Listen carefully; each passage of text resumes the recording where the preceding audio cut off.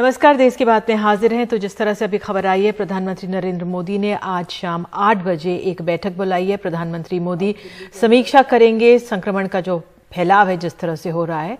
और कुछ ही देर पहले आज दिल्ली के मुख्यमंत्री अरविंद केजरीवाल ने भी बढ़ते मामलों पर चिंता जताई है। आज प्रेस कॉन्फ्रेंस करके उन्होंने उपचार के लिए प्रयोग में आने वाली दवाई रेमडेसिविर की कमी जताई और बेड्स की जो कमी है उसको भी गंभीर बताया है। पिछले 24 घंटे में दिल्ली में लगभग 24,000 केसेस आए हैं। ये रिपोर्ट थोड़ी देर में अभी जारी होगी, जो डेली बुलेटिन जारी होता है। पिछले 24 घंटे में 24,000 केसेस आए हैं। उसके पिछले 24 घंटे में आए थे 19,500 केस।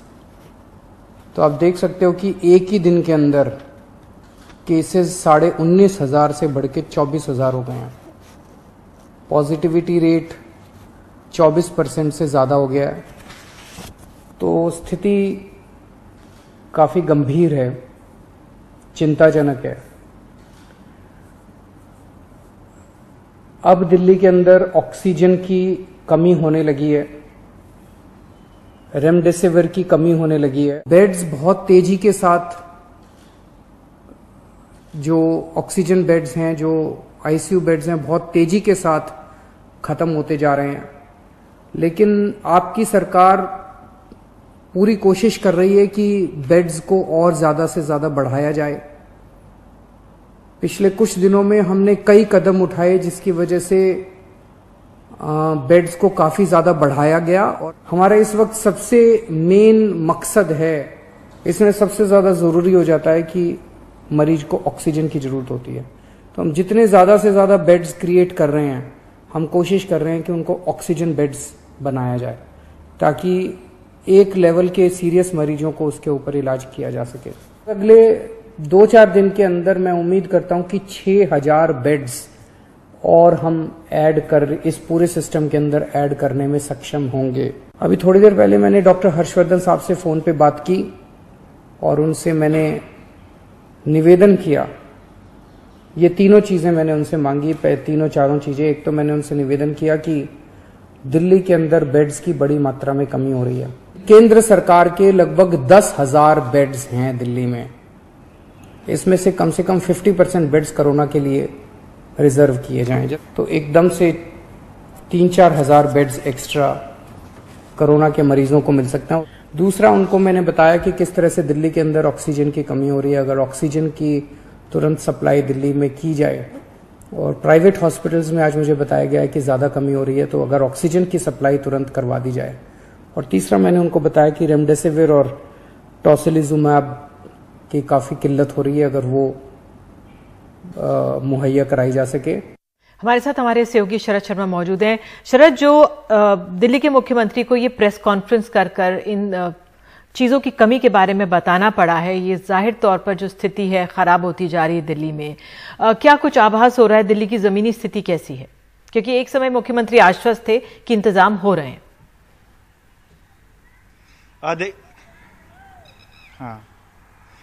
देखिए, दिल्ली के मुख्यमंत्री शायद सबसे आगे होंगे प्रेस कॉन्फ्रेंस करने में। पूरे कोरोना काल में जितनी प्रेस कॉन्फ्रेंस उन्होंने की होंगी, शायद देश में किसी मुख्यमंत्री ने नहीं की होगी।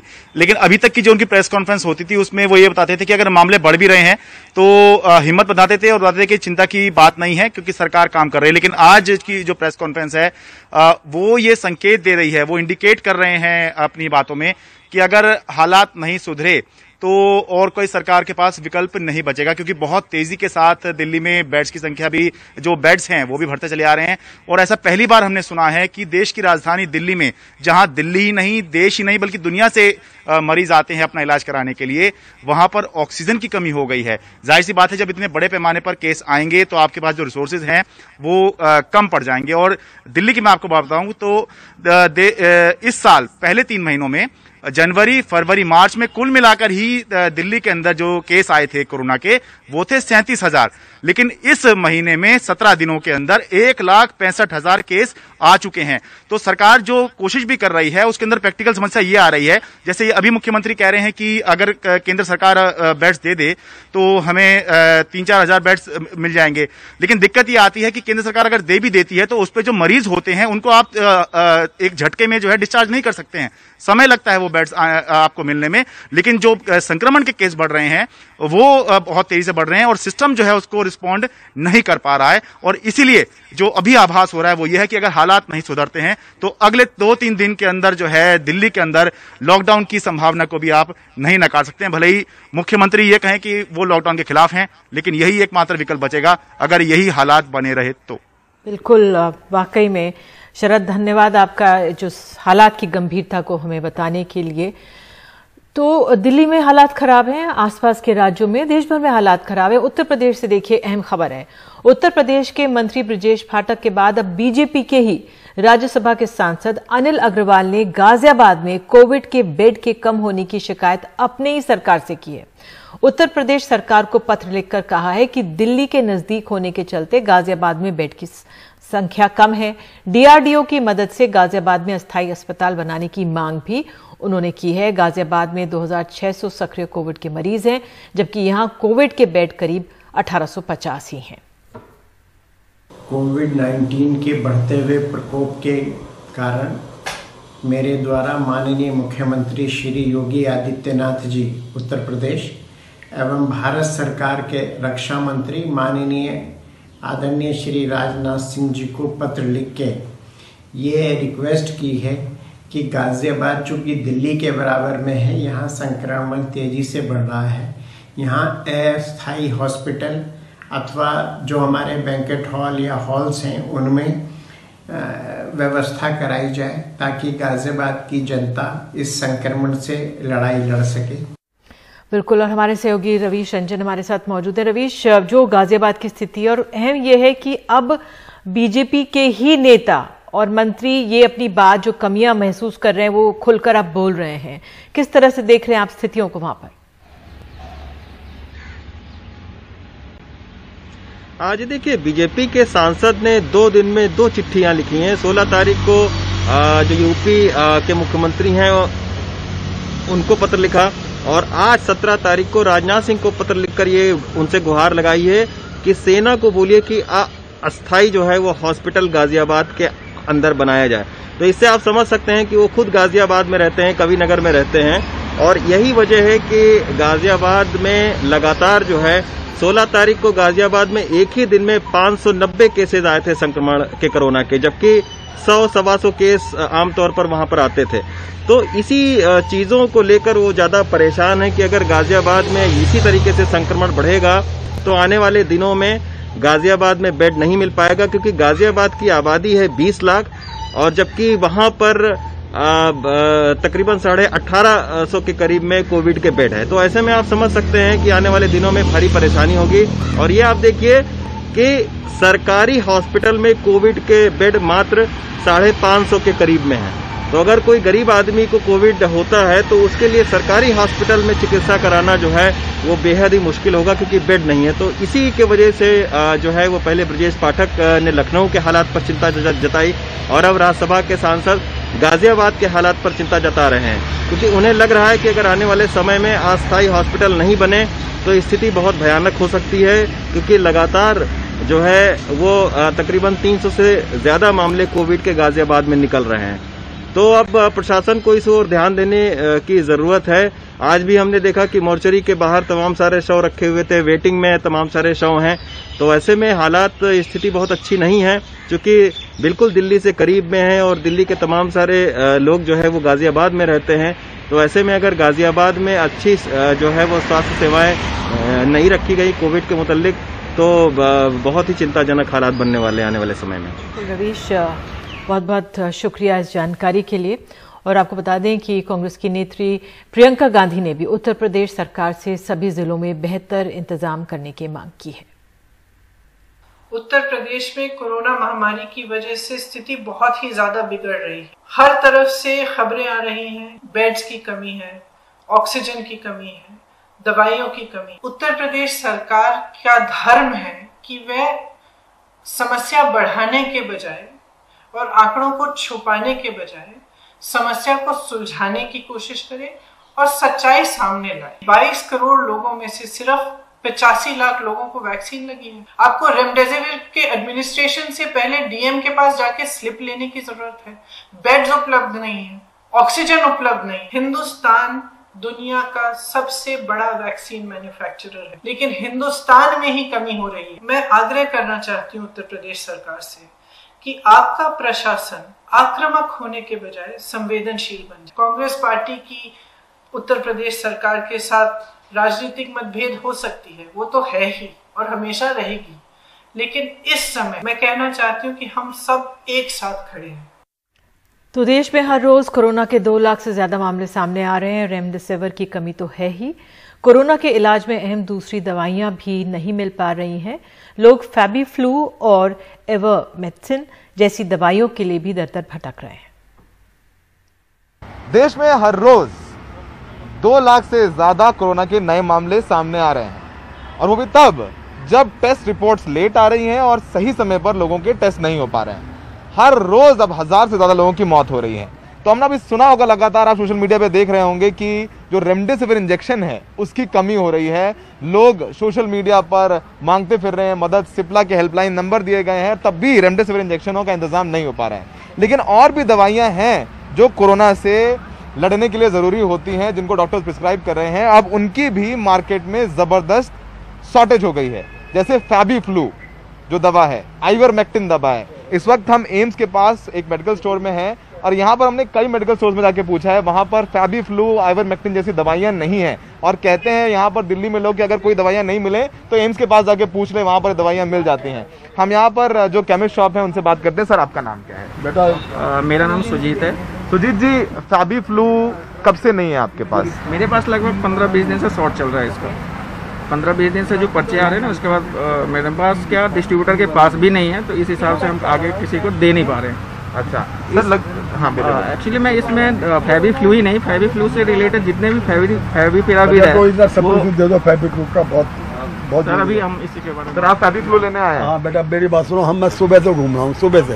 ये देखो, मेरे जो है दामाद वहाँ एडमिट हैं। मैं पूरी दुकान वहाँ से यूँ घूम के तब मैं इधर राउंड मार रहा हूँ। और ड्रीम पार्क में देख लिया, इधर मैं तुम्हारे प्रीत बिहार में देख लिया, सब जगह पूछ लिया मैंने। नहीं मिल रही आप? नहीं मिल रही भाई साहब। चमन गुप्ता जैसे लोग दुकानों में सुबह से घूम रहे हैं। गाजियाबाद, नोएडा, दिल्ली की कम से कम नहीं तो 150 मेडिकल शॉप्स इन्होंने ढूंढ ली है। इनको फैबीफ्लू नाम की दवाई नहीं मिल रही है, जो कि कोरोना के मरीजों को दी जाती है। तो रेमडेसिविर तो छोड़ दीजिए, सोचिए सवाल उस असहाय बाप से जो अपने बच्चे को बचाने के लिए सुबह ढूंढ रहा है फैबीफ्लू, वो नहीं मिल पा रही है उसको। रेमडेसिविर तो छोड़ दीजिए। तो ये बताते हैं कि हमने इतने समय पर तैयारी नहीं की। रेमडेसिविर तो नहीं मिल रहा है, लेकिन जो दूसरी दवाइयां हैं उनकी भी शॉर्टेज है। फैबीफ्लू, आइवरमेक्टिन जैसी दवाइयां नहीं मिल रही हैं। पड़ जाए तो उसके घर में फैबीफ्लू चली जाती है। हॉस्पिटल्स में भी फैबीफ्लू अब नहीं बच रहे हैं। उसके घर तक ये दवाई वाले वहाँ पहुँचा देते। लो जी मैं ले आया। आम आदमी के लिए नहीं है। आम आदमी के लिए नहीं है। तो ये सुनिए, ये आम लोग हैं देश के, और हर सरकारें दावा करती हैं कि हमारे पास दवाइयों की कमी नहीं है, ऑक्सीजन की कमी नहीं है, और हकीकत आपके सामने है। कोई दवाई की कमी नहीं है। तो सहयोगी प्रेम सिंह के साथ सौरभ शुक्ला, NDTV इंडिया। चिंताजनक स्थिति है, और आपको बता दें देश में 2 लाख से ज्यादा मामले सामने आए हैं। देश में पिछले 24 घंटे में कोरोना के रिकॉर्ड 2,34,692 नए मामले। पिछले 24 घंटे में 1,341 मरीजों की मौत हो गई। देश में कोरोना के एक्टिव मामले 79,79,000 के पार हो गई है, और देश में अब तक करीब 12 करोड़ वैक्सीनेशन हो भी चुके हैं। तो कोरोना के लगातार बढ़ते मामलों के बीच आज देश के कई राज्यों में, शहरों में वीकेंड कर्फ्यू का असर दिख रहा है। अलग अलग राज्यों में अपने तरीके से कर्फ्यू है। राजधानी दिल्ली और महाराष्ट्र में वीकेंड कर्फ्यू लगा है। पूरे राजस्थान में शुक्रवार की शाम 6 बजे से कर्फ्यू लगा दिया गया, जो सोमवार सुबह 6 बजे तक चलेगा। इसके अलावा पूरे मध्य प्रदेश वीकेंड कर्फ्यू है, जिसकी वजह से असर राजधानी भोपाल में दिख रहा है। वहीं चंडीगढ़ में वीकेंड कर्फ्यू लगाया गया है। आम दिनों में यहाँ के जिन बाजारों में रौनक रहती थी, वहां पूरी तरह सन्नाटा दिख रहा है। तो कोरोना के बढ़ते मामलों में हालात इतने खराब है कि टेस्ट कराने भी मुश्किल हो रहे हैं। ड्राइव वे टेस्ट सेंटर भी बंद पड़े हैं। गुरुग्राम से हमारी सहयोगी सोनाक्षी की रिपोर्ट देखिए। कोरोना वायरस महामारी एक ऐसी बीमारी जो हमारे आसपास हर दिन 2 लाख से ऊपर केसेस सामने आ रहे हैं, लेकिन इतना बड़ा क्राइसिस हो चुका है कि आज इस वक्त टेस्ट कराना भी सबसे बड़ी मुश्किल सामने आ रही है। हमारे साथ एक ऐसे परिवार है गुड़गांव में। अभी मेरे पीछे आप देखेंगे एक कियोस्क लगा हुआ है ड्राइव थ्रू सेंटर का, लेकिन जो फिलहाल दिन के समय अभी 3-4 बजे बंद है। हालांकि सुबह थोड़े समय के लिए खुला था, लेकिन अभी सारी जितनी गाड़ियां आ रही है वापस खाली हाथ जा रही है, बिकॉज वो लोग टेस्ट नहीं करा पा रहे हैं। लेकिन लैब वाले भी अब ये कह रहे हैं कि वो होम कलेक्शन भी नहीं ले पाएंगे क्योंकि इतने सारे बुकिंग्स ऑलरेडी आ चुकी है। आप अपना नाम बताइए और ज़रा हमें बताइए कि होम कलेक्शन को लेके क्या दिक्कतें आपको आ रही है, प्रॉब्लम आ रही थी? मेरा नाम विकास शर्मा है, मैं यहीं गुड़गांव में रहता हूँ। कल मेरी बेटी है 13 साल की, उसको टेस्ट कहा डॉक्टर ने कि आप करवाएं।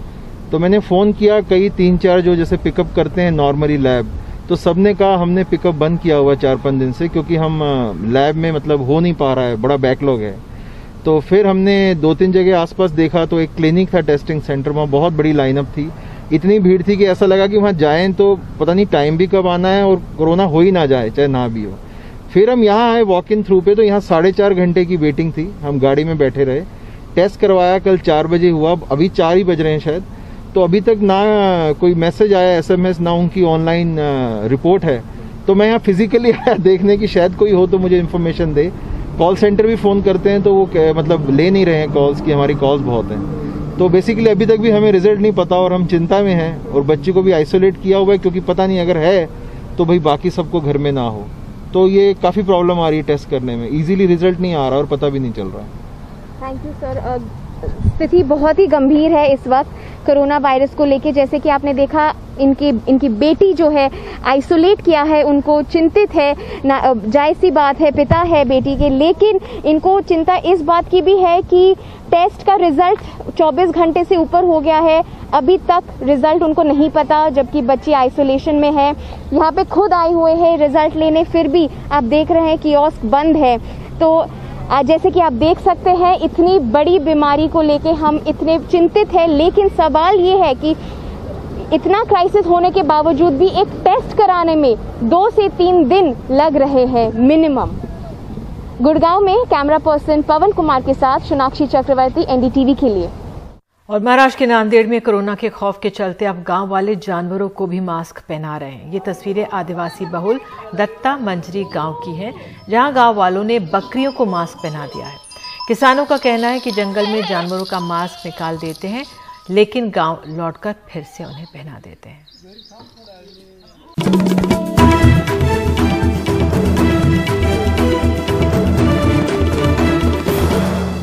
पश्चिम बंगाल विधानसभा चुनाव में आज 5वें चरण का मतदान संपन्न हुआ। शाम 5 बजे तक 78% लोगों ने अपने अधिकार का इस्तेमाल किया है। यहां आज आपको बता दें 6 जिलों में 45 सीटों पर वोटिंग हुई।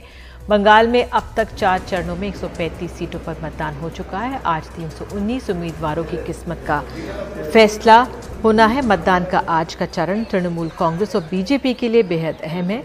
इसके बाद बंगाल में अगले 3 चरणों में 114 सीटों पर मतदान होना बाकी है। और ज्यादा जानकारी दे रहे हैं हमारे सहयोगी मनोरंजन भारती। चौथे फेज में जो है 45 सीटों पर वोट डाले जा रहे हैं अभी, और थोड़ी देर और वक्त है, और जिसमें कि ये सीटें जो है 6 जिलों में फैली हुई है। दार्जिलिंग, नदिया, पूर्व बर्धमान, जलपाईगुड़ी, उत्तर 24 परगना। और ये सीटें काफ़ी महत्वपूर्ण है क्योंकि ये जो सीटें हैं वो नॉर्थ बंगाल से लेकर के साउथ बंगाल तक फैली हैं।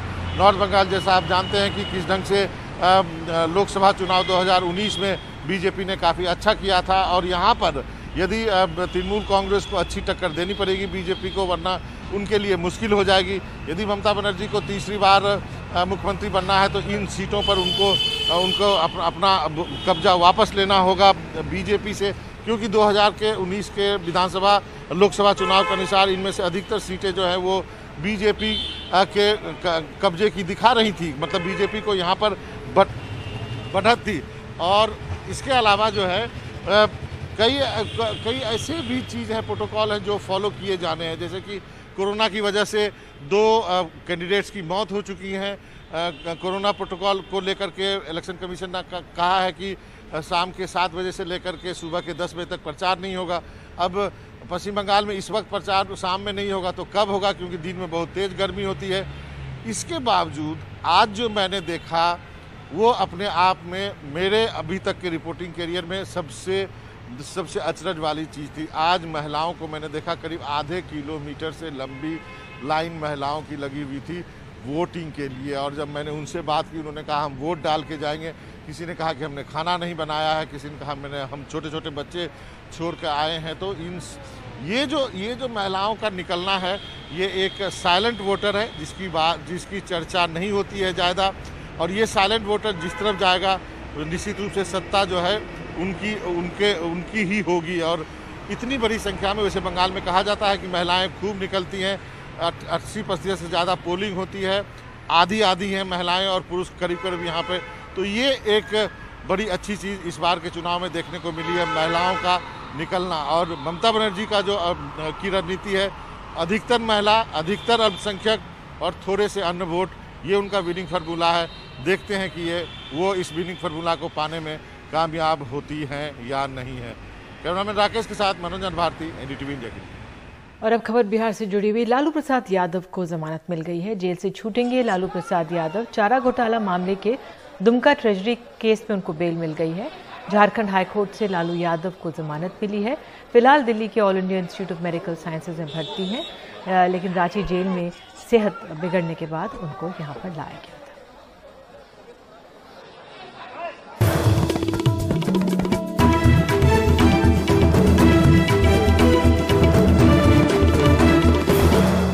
कर्नाटक के मुख्यमंत्री बीएस येदियुरप्पा को दूसरी बार कोरोना हुआ है। उनकी एक तस्वीर सामने आई है, वो मेडिकल टीम की निगरानी में है। हालांकि वो ठीक हैं और उन्हें किसी तरह की कोई परेशानी नहीं बताई जा रही है। कुछ दिन पहले येदियुरप्पा पब्लिक मीटिंग में बिना मास्क के नजर आए थे। उनके साथ मौजूद सरकार के कुछ मंत्रियों ने भी मास्क नहीं पहना था। और इसी के साथ फिलहाल खबरों में अभी के लिए इतना ही। नमस्कार।